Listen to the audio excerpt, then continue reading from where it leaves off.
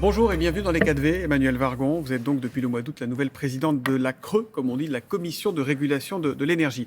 Les Français, ils se posent concrètement deux questions en ce moment. La première, c'est va-t-on manquer de courant? Et la deuxième, c'est va-t-on pouvoir payer nos factures? Alors pour la première, est-ce que vous diriez qu'il existe de vrais risques de coupure dans les jours, les semaines ou les mois qui viennent dans le pays? Je dirais qu'on est encore dans une période de grande vigilance. Nous savons, avec le bilan fait par le gestionnaire de réseau qui s'appelle RTE, que normalement tout devrait bien se passer en novembre, on est bientôt à la fin du mois de novembre, et en décembre.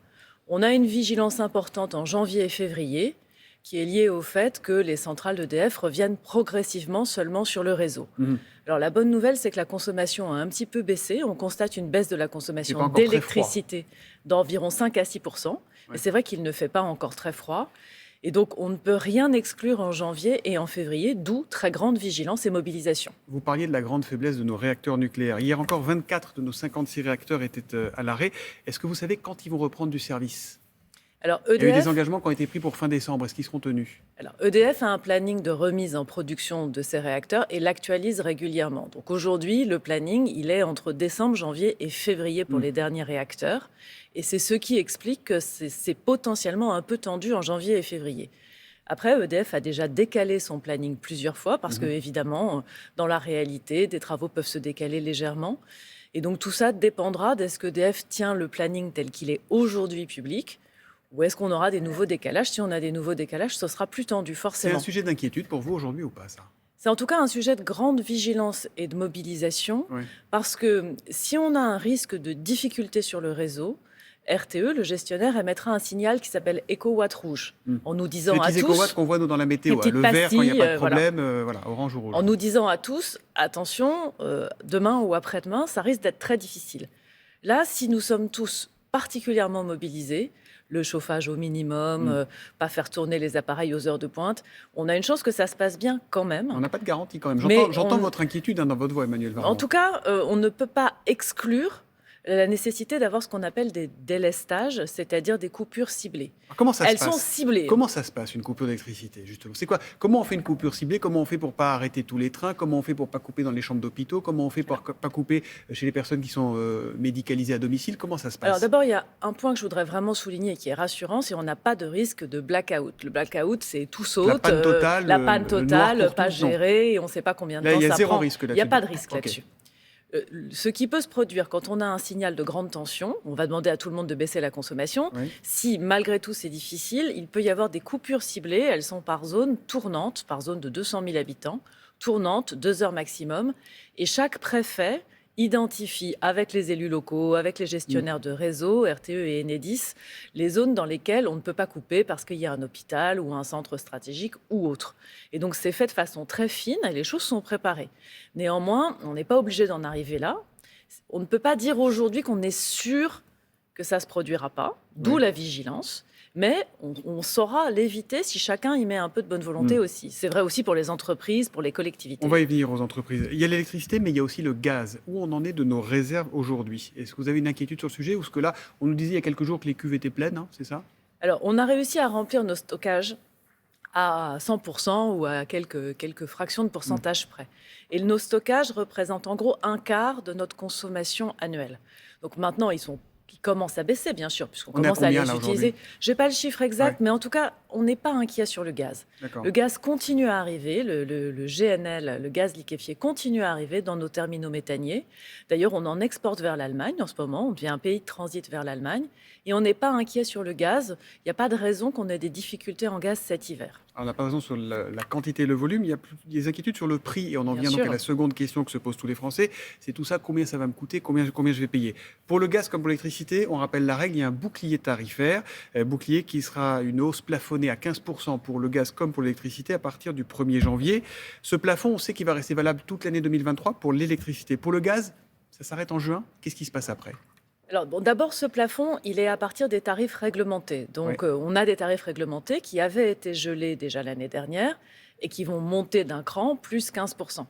Pour donner un ordre de grandeur aux téléspectateurs, si on ne le faisait pas, on serait en gros à plus 120% en gaz et en électricité. C'est-à-dire multiplication par 2, un peu plus que par 2, du dernier plafond. Donc c'est un énorme effort. Mais plus 15%, c'est déjà énorme pour beaucoup de foyers aujourd'hui. Multiplié par plus de 2, ce serait impossible. plus 15%, c'est bien sûr un effort qui n'est pas négligeable et il est couplé avec un chèque énergie exceptionnel pour à peu près 12 millions de Français, justement pour aider plus ceux qui ont moins de moyens. Alors ce bouclier sur le gaz, qu'est-ce qui se passe après juin ? Sur le gaz, pour l'instant, le prix est à plus 15% début d'année jusqu'à juin et ça pourra être maintenu toute l'année. Ce sera une décision du gouvernement qui sera prise à l'été en fonction de l'évolution des prix du gaz. Et que vous recommanderez, que vous recommandez déjà ? Il est trop tôt pour le dire. Quelle est la position de la Commission ? Nous, ce qu'on recommande, c'est évidemment de n'avoir des hausses que supportables, parce que plus 120%, ça n'a aucun sens, ça n'est pas une hausse supportable. C'est trop tôt pour vous dire comment on se positionnera, parce que dans cette crise, qui est une crise d'approvisionnement, fin du gaz russe d'un côté et difficulté du parc nucléaire de l'autre. Ce qui est très compliqué, c'est la volatilité, c'est-à-dire les prix bougent tout le temps et ils bougent de plus 100, plus 200 euros du mégawattheure, ce qui est énorme. Donc c'est difficile aujourd'hui de dire où on en sera en juin. En tout cas, nous proposerons bien sûr quelque chose de supportable. En tout cas, que ça n'aille pas au-delà de 15%. 15%, c'est l'engagement qui a été pris par le gouvernement pour janvier-février en électricité et en gaz. Vous parliez des règles de prix sur le marché, c'est extrêmement complexe. On ne va pas rentrer dans tout le détail, mais on sait qu'on achète sur le marché européen. On a entendu beaucoup de politiques, alors l'opposition, Marine Le Pen, mais aussi le gouvernement, Bruno Le Maire, dire que les règles étaient obsolètes, c'est le mot qu'il a employé. Est-ce qu'on achète notre électricité, par exemple, trop cher aujourd'hui sur le marché européen ? D'abord, on est content qu'il y ait un marché européen. Parce que, ça dépend pas tout le monde, visiblement. En tout cas, le marché européen, c'est ce qui permet la sécurité d'approvisionnement. On a longtemps été exportateur. Maintenant, on est très fortement importateur d'électricité. S'il n'y avait pas de marché européen, on ne pourrait pas importer. Si on n'importait pas, on aurait des problèmes de tension tous les jours. Mais les règles de ce marché, elles sont désuètes, a dit Geoffroy Roux de Bézieux, le patron de l'EDF. Alors ensuite, ce marché, il marche bien pour les prix de court terme. Quand vous avez besoin d'un prix à 1 mois, à 3 mois, ça marche très bien. Et c'est ce qui permet qu'il y ait des transactions. La difficulté, c'est que ce marché ne prend pas beaucoup de signaux de long terme. C'est-à-dire qu'il ne valorise pas vraiment les énergies avec un prix qui serait stable à 5 ans, à 10 ans. C'est un marché qui est très volatile. Donc c'est un marché qui est très volatile et qui ne fait pas de différence selon qu'on est vraiment sur des coûts de production fixes. Une éolienne, une fois qu'elle a été installée, ses coûts sont fixes. Un réacteur nucléaire, une fois qu'il tourne, Emmanuel Vargon, je reviens à ma question. Fixes. Est-ce qu'on paye l'électricité trop cher sur le marché européen ? On paye aujourd'hui la rareté de l'électricité. Cette rareté de l'électricité, elle est due à la fois au fait qu'on manque de gaz qui sert à produire de l'électricité ailleurs et qu'on a du retard de retour sur les réacteurs français. À moyen terme, on pourrait imaginer un marché différent. Il faut en changer les règles et c'est là-dessus qu'on travaille.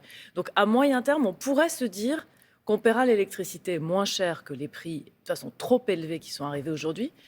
Mais si on fait ça, et je pense que c'est souhaitable, on ne reviendra pas au prix extrêmement bas qu'on a connu avant la crise. Parce que ces prix extrêmement bas, ils étaient aussi volatiles vers le bas. C'était le prix du gaz à une époque où le prix du gaz n'était pas cher du tout. Donc si on veut payer le juste prix, il sera beaucoup moins cher qu'aujourd'hui. Aujourd'hui, on est à 400, 500 euros du mégawattheure. On sera probablement entre 60 et 80, mais on ne sera pas à 20 ou 30. Il y a les particuliers dont on a parlé, mais il y a aussi les entreprises. Il y a quelques semaines, Emmanuel Macron leur avait dit attention à ne pas signer des contrats délirants, des contrats exorbitants qui seraient proposés par des fournisseurs d'électricité un peu trop gourmands. On sait comment elles s'en sortent aujourd'hui, ces entreprises, ou pas ? Alors, le conseil aux entreprises, maintenant, c'est de signer. C'est d'aller voir leurs fournisseurs, de renouveler leur contrat au moins pour 2023. Maintenant, ces jours-ci. Maintenant, là, ces jours-ci, puisque c'est aussi le moment où les fournisseurs demandent l'accès à l'électricité nucléaire d'EDF, et donc c'est plus avantageux pour une entreprise de signer maintenant. Elles sont en train de re-signer. On sait qu'on a plutôt des collectivités qui ont encore du mal à re-signer, d'ailleurs encore du mal à trouver un fournisseur qui leur fait des propositions. Nous faisons un suivi à la Commission de régulation de l'énergie avec tous les fournisseurs pour voir où ils en sont dans leur portefeuille client. On participe aux cellules de crise avec Bercy et on publie toutes les semaines des prix de référence pour les PME pour les aider à s'y retrouver. Le nouveau patron d'EDF, dont l'État sera bientôt actionnaire à 100%, Luc Rémont, prend ses fonctions ce jeudi même. Quel est le message que vous lui adressez, Emmanuel Vargon ? D'abord, un message de soutien et de pleine réussite dans ses fonctions. On en a tous besoin. Ensuite, on a vraiment besoin que la production d'EDF revienne à plein. C'est absolument indispensable. Donc, urgence sur le nucléaire. Donc, il y a vraiment une urgence sur le nucléaire. Et puis, on a des modèles de régulation à repenser. L'accès au prix du nucléaire actuel, le modèle économique du nouveau nucléaire. Et EDF est un acteur essentiel de ce marché. Et donc, il y a une petite pression sur les épaules, Luc Rémont. Il a de gros enjeux, mais je crois qu'il le sait. Bon, il y aura une guirlande lumineuse sur votre sapin cette année, à vous ou pas ? Moi, je ne fais pas de sapin. Pas de sapin, mais Moi, je suis très modérée sur ce sujet. Je pense que c'est aussi important de garder des choses qui nous font du bien. Après, on doit pouvoir trouver des guirlandes basse consommation. On peut en mettre une sur deux plutôt que deux. C'est vrai à la fois individuellement et pour les collectivités. Donc, en fait, la sobriété, d'abord, on en aura besoin tout le temps. Ouais. Et ensuite, le début de la sobriété, les premiers pourcents, ils se gagnent très facilement simplement en faisant attention. Bon, c'est déjà ça. Et ne nous interdisons pas de sourire quand même. Merci Exactement. beaucoup, Emmanuelle Vargon, d'être venue dans les 4V. Merci. Merci à vous.